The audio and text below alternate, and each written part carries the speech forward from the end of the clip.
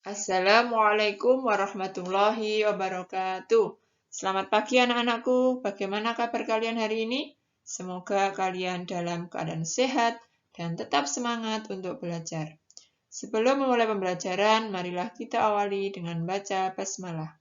Bismillahirrahmanirrahim. Pada pembelajaran hari ini, kita akan mempelajari tema 2, subtema 2, muatan PPKN, yaitu tentang hak dan kewajiban sebagai warga masyarakat. Pada pertemuan sebelumnya, di minggu kemarin kita sudah belajar tentang pengertian hak, kewajiban, dan tanggung jawab. Masih ingat ya, apa itu hak, kewajiban, tanggung jawab? Jadi kalau hak itu adalah sesuatu yang dimiliki sejak lahir. Kemudian kalau kewajiban adalah sesuatu yang harus dilaksanakan oleh setiap orang. Kemudian kalau tanggung jawab, sikap dan perilaku seseorang untuk melaksanakan tugas dan kewajibannya.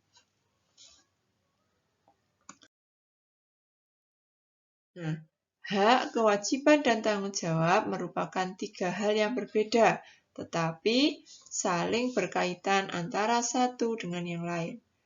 Hak dan kewajiban harus dilaksanakan secara bertanggung jawab oleh pihak yang bersangkutan. Orang yang tidak melaksanakan hak dan kewajibannya dapat dikatakan sebagai orang yang tidak bertanggung jawab. Apa saja hak kita sebagai warga masyarakat? Nah, hak kita sebagai warga masyarakat adalah diantaranya mendapatkan perlindungan hukum, kemudian mendapatkan pekerjaan dan penghidupan yang layak, menikmati lingkungan bersih, hidup tenang dan damai, bebas memilih, memeluk dan menjalankan agama, berpendapat dan berorganisasi, dan juga mengembangkan kebudayaan daerah. Ini adalah contoh hak kita sebagai warga masyarakat. Nah, kemudian kalau kewajiban, apa saja kewajiban kita sebagai warga masyarakat?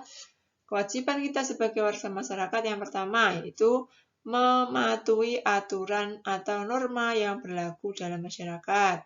Kemudian yang kedua, menjaga ketenangan dan ketertiban di lingkungan masyarakat. Yang ketiga, mengikuti kegiatan yang ada di lingkungan, baik RT, RW, ataupun desa setempat. Misalnya saja ada kerja bakti, gotong royong, musyawarah, warga masyarakat, dan sebagainya.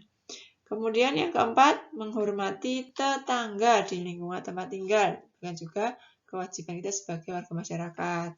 Kemudian membantu tetangga yang terkena musibah. Kemudian menjaga kebersihan lingkungan tempat tinggal. Jadi itu adalah beberapa contoh kewajiban kita sebagai warga masyarakat. Nah, selanjutnya kalian perhatikan gambar berikut. Nah, pernahkah kalian melakukan kegiatan seperti ini? Nah, misalkan ada pemilihan ketua kelas dan sebagainya. Pernah ya, mungkin ya, di waktu di kelas 3, 4. Nah, sudah pernah kalian melakukan kegiatan seperti ini.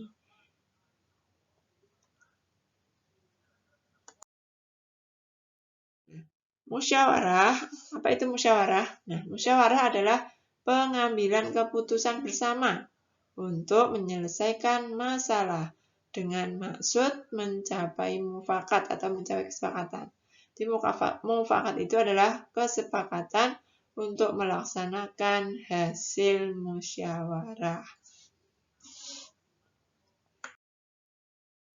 Apa saja nilai-nilai dalam musyawarah?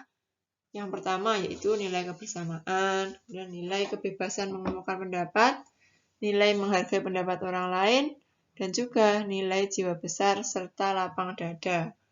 Melaksanakan hasil keputusan dengan rasa penuh tanggung jawab.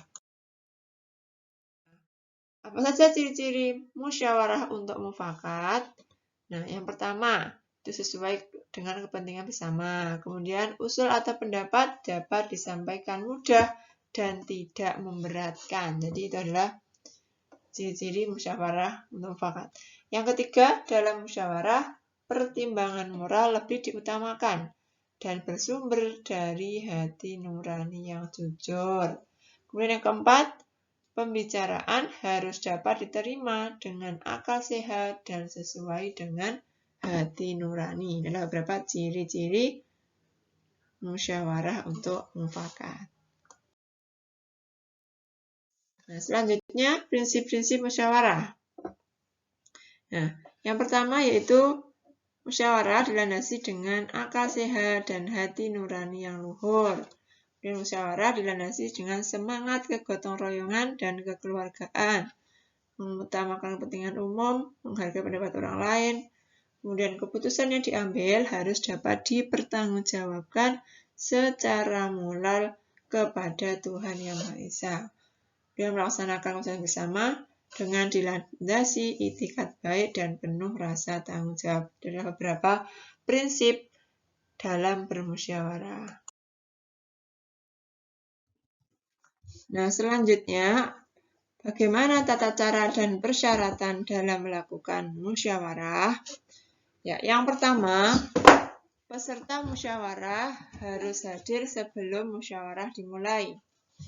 Kemudian yang kedua, musyawarah dimulai jika peserta musyawarah telah mencapai quorum. Jadi quorum itu batas minimal dari peserta musyawarah itu sudah hadir. Kemudian ada susunan kepanitiaan yang terdiri dari ketua, notulis, dan peserta musyawarah. Kemudian yang keempat, setiap peserta musyawarah berhak menyampaikan pendapat. Selanjutnya, setiap peserta musyawarah harus menghargai pendapat orang lain. Nah, kemudian pendapat yang disampaikan harus dapat diterima akal sehat, tidak untuk kepentingan pribadi atau golongan, tidak menimbulkan perpecahan, sesuai dengan norma, dan juga tidak menyinggung perasaan orang lain. Nah, tata cara dan persyaratan dalam melaksanakan musyawarah. Nah, kemudian bagaimana cara-cara mengeluarkan pendapat? Nah, cara mengeluarkan pendapat diantaranya yang pertama, mengacungkan tangan sebagai tanda izin bicara. Jadi ketika kita mau menyampaikan pendapat, ketika kita melakukan musyawarah, kemudian kita dikasih kesempatan untuk menyampaikan pendapat, nah kita apa? Langkah yang pertama itu adalah mengacungkan tangan sebagai tanda kita izin untuk berbicara. Nah, mengacungkan tangan tentunya dengan tangan kanan ya. Kemudian yang kedua, berbicara setelah dipersilahkan. Jadi, ketika sudah dipersilahkan, ya silahkan berbicara. Nah, itu kalian baru menyampaikan pendapat kalian. Kemudian yang ketiga, kalau ada yang berbicara, menunggu sampai pembicaraan selesai. Jadi, tidak diperkenankan untuk memotong pembicaraan orang lain. Kemudian yang keempat, bersikap sopan. Dan yang kelima, suara harus jelas.